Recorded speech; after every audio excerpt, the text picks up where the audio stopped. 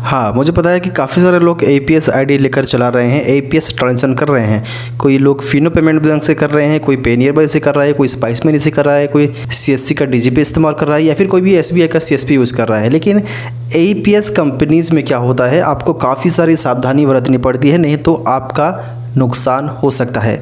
इस वीडियो में आपको एक बुरी खबर देने वाला हूं और उस पर आपको बताने वाला हूं आप किस तरीके से बच सकते हैं, नहीं तो आपका भी अकाउंट का पैसा खाली हो सकता है अगर आप एक रिटेलर आईडी चलाते हैं तो सबसे पहले तो ध्यान दीजिए, मैं आपको एक स्क्रीनशॉट दे रहा हूं। यहाँ पर एक स्क्रीनशॉट एक रिटेलर आईडी वाले के पास आया था। Dear merchant, OTP request for new device registration is, ये है, if not requested by you please call at customer care to report this incident. ये फिनो पेमेंट बैंक की तरफ से आया है। इसका मतलब सभी लोगों को पता है कि आपका एक नया डिवाइस में आपका रजिस्ट्रेशन करने जा रहे हैं, मतलब कि आप वहाँ पर लॉगिन कर रहे हैं। उसके लिए आपको ऑथेंटिकेशन करने के लिए ओटीपी देना होगा। तो एक भाई साहब के पास ये वाला मैसेज आया। इसके बाद ये मैसेज देखकर उन्होंने कुछ नहीं कहा। इसके बाद थोड़ी देर बाद एक कॉल आता है और बोलते हैं कि मैं फिनो पेमेंट्स बैंक के कस्टमर केयर से बात कर रहा हूँ, आपका डिवाइस में एक प्रॉब्लम है, मतलब कि आप जहाँ पर चला रहे हैं वहाँ पर एक दिक्कत है, उसको सही करने के लिए हमारे टेक्निकल टीम के द्वारा आपको कॉल किया जा रहा है। आपके पास एक ओटीपी गया होगा। ये सुनने के बाद ये तो उछल गया और बोला कि हाँ सर, मेरे पास आया है, एक ओटीपी आया है, ले लीजिए, और ये ओटीपी दे देता है।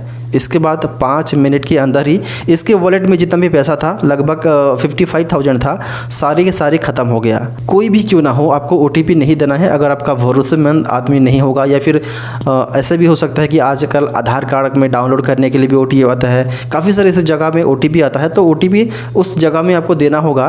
लेकिन ये जो ओटीपी है आपको देख कर ही देना है, किसको देना है किसको नहीं। अगर कस्टमर केयर या फिर बैंक से बोलेंगे, मैं बैंक से ही बोल रहा हूँ आपको ओटीपी देने के लिए, तो उस टाइम आपको थोड़ा सा सोच में पढ़ना होगा। आपको देखना होगा कि क्या सही में ये ओटीपी देने लायक है, क्योंकि ओटीपी आप किसी को शेयर नहीं भी करेंगे तब भी आपका कोई दिक्कत नहीं होगा। तो ये थे फिनो पेमेंट्स बैंक के रिटेलर, जिन्होंने एक रिटेल आईडी लेकर अपने गांव में चला रहे थे और उनका पैसा 2 मिनट में ही, चंद मिनटों में ही खत्म हो गया। मैं फिनो पेमेंट्स बैंक की बात नहीं कर रहा हूँ, मैं सारे एपीएस कंपनीज जो हैं आजकल जो चला रहे हैं सीएसपी को छोड़कर, क्योंकि सीएसपी में आपको ऐसा मैसेज नहीं आता है।